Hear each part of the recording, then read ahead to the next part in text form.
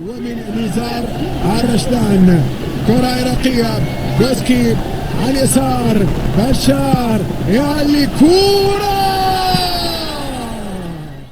Nah, oke teman-teman, kali ini saya akan kembali lagi ya membahas mengenai kabar terbaru dari timnas Indonesia, dan di sini pun saya akan fokus ya mengenai kabar dari timnas senior. Memang kita sudah tahu ya pemain yang akan dibawa Sinteyong ke Irak, dan memang di situ ada beberapa pemain yang memang tidak diikutkan seperti sosok Stefano Lillipali. Tetapi di sini saya juga sudah mengutip ya statement dari Sinteyong saat diwawancarai di salah satu kanal YouTube FIFA Gold ya. Dia pun mengatakan bahwa walaupun Lillipali tidak dipanggil untuk Piala Dunia, kualifikasi Piala Dunia kali ini, ya dia masih memiliki kesempatan untuk Piala Asia dan lain sebagainya di event-event lain. Karena saya melihat ya bahwa Sinteyong ini alasannya sangat rasional. Faktornya pertama tentu usia. Dia ingin sekali para pemain-pemain muda yang ada, baik yang di U23 ataupun saat ini di senior yang masih usia relatif muda, itu bisa merasakan di tensi yang sangat tinggi ketika di kualifikasi Piala Dunia, apalagi saat menghadapi Irak. Dan kalau kita melihat Stefano Lillipali, jelas ya bagaimana pengalaman dirinya di Liga Belanda, di Liga Jepang ya. Dia sudah memiliki banyak pengalaman, tetapi kadang pun Stefano juga ketika masuk di timnas juga tidak 100% menjadi starter. Jadi itulah mengapa alasan bisa saja ya, ini bisa saja menjadi alasan bahwa Stefano memang bagus di klub, tetapi belum tentu ya ketika di timnas Indonesia dia selalu menjadi tim inti atau pemain inti. Nah, lagi-lagi ini adalah bagaimana skema yang memang dimainkan oleh Sinteyong. Dan di sini alhamdulillah saya mendapatkan info A1 ya mengenai skuad rilis resmi dari timnas Irak. Nah, perkembangan terbarunya di sini saya sangat kaget sekali teman-teman. Karena ya 11 pemain atau starter yang dimiliki oleh Irak itu sepertinya akan abroad semua atau pemain abroad semua teman-teman. Karena di sini saya melihat dari penjaga gawang saja, yakni Fahad Talib ya, saat ini bermain bersama Sanad TC ya atau Sanad FC di Liga Iran. Dia pun juga pemain abroad ya sejak 4 tahun yang lalu. Kemudian saya melihat juga di sini ada Rubin Sulaka yang bermain di Liga 1 Swedia. Ini adalah back ya. Dia bermain bersama IF Bromutska. Dan kemudian di sini ada Saad Natik di Liga Arab Saudi. Kemudian Fras Pultors bersama Pur FC di Liga Thailand. Kemudian juga ada Ali Adnan bersama Mesra Fajian di Liga Iran. Ada juga yang bermain di Liga Slovakia bersama FC Slovako yakni Mesasdowski. Kemudian juga ada beberapa pemain lainnya ya seperti Hussein Ali yang bermain di SC Heerenveen Liga Belanda. Dan ya untuk gelandang menurut saya ini kita lebih sedikit tenang karena sosok Zidane Iqbal ya pemain FC Utrecht, rekan setim dari Ivar Jenner, itu tidak dibawa oleh pelatih Irak yakni Jesus Hassas.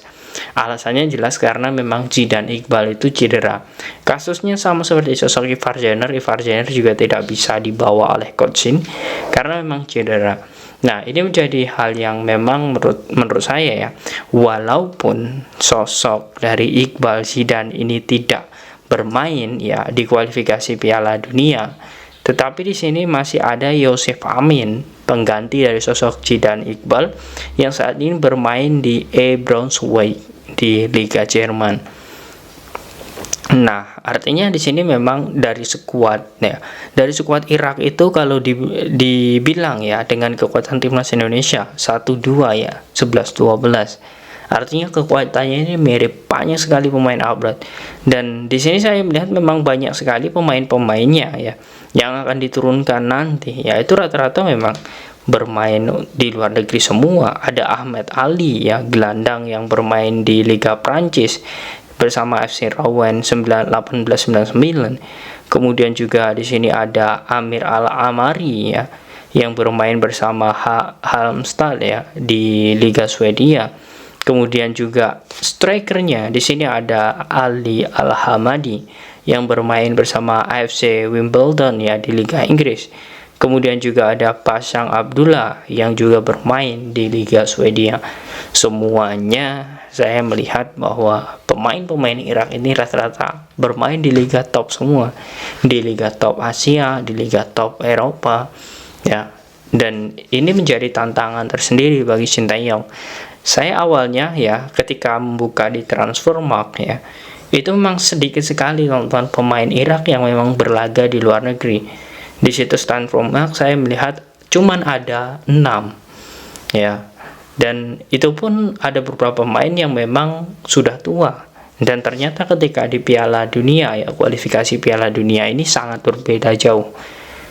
Dan ini membuktikan bahwa coach dari Irak ya, yakni Jesus Sassas ini memang ingin sekali memberikan kejutan kepada Indonesia.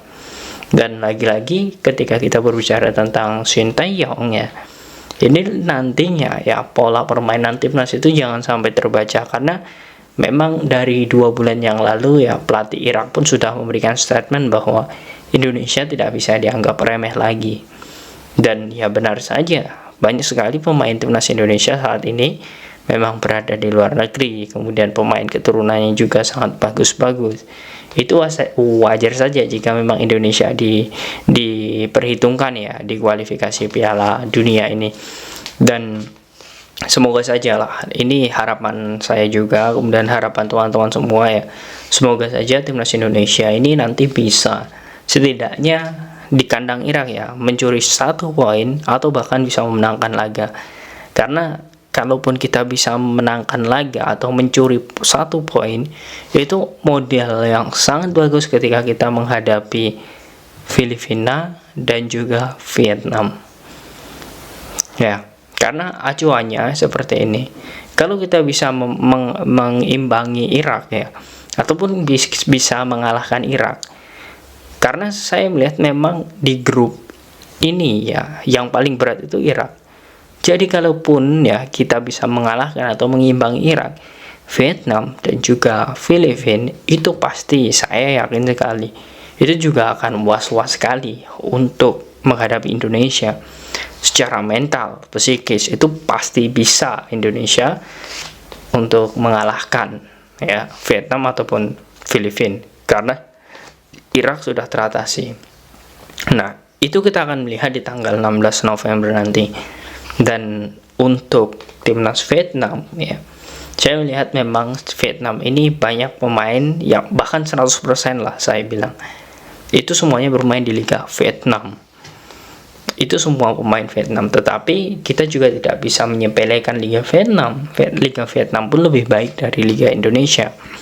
Itu menjadi poin plus dari Vietnam. Nah, kemudian ya ada 1 pemain yang ini resmi ya, ini resmi tidak bisa ikut di kualifikasi Piala Dunia, dan ini tidak akan menjadi musuh Mark Klok lagi ataupun musuh para pemain timnas Indonesia lain, yakni Duong Quan Hai. Nah, ini tentu pemain ini teman-teman ya, kalian bisa lihat ya, ini Duong Van Hau ini memang sangat licik sekali ya, dan juga sangat keras ketika bermain melawan Indonesia.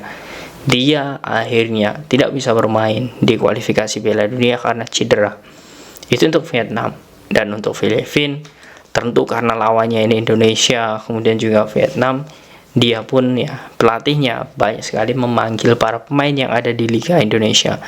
Bahkan ada 8 pemain di Liga Indonesia yang dipanggil saat menghadapi Indonesia. Jelas strateginya teman-teman, karena culture kemudian budaya sepak bola Indonesia itu sudah dikenali oleh para pemain timnas Filipina seperti Daisuke Sato, kemudian ada Matt Ott ya, Christian Rontini, kemudian Dylan De Bruyker. Masih banyak lagi pemain-pemain timnas Filipina yang memang berkarir di Indonesia. Nah, bagaimana menurut kalian teman-teman tentang prediksi Indonesia melawan Irak nanti khususnya? Apakah kalian yakin nantinya timnas mampu untuk bisa mencuri 1 poin dengan beberapa kapasitas pemain Irak yang sangat bagus di luar negeri, atau bahkan Indonesia bisa memenangkan laga? Silahkan kalian tulis di kolom komentar.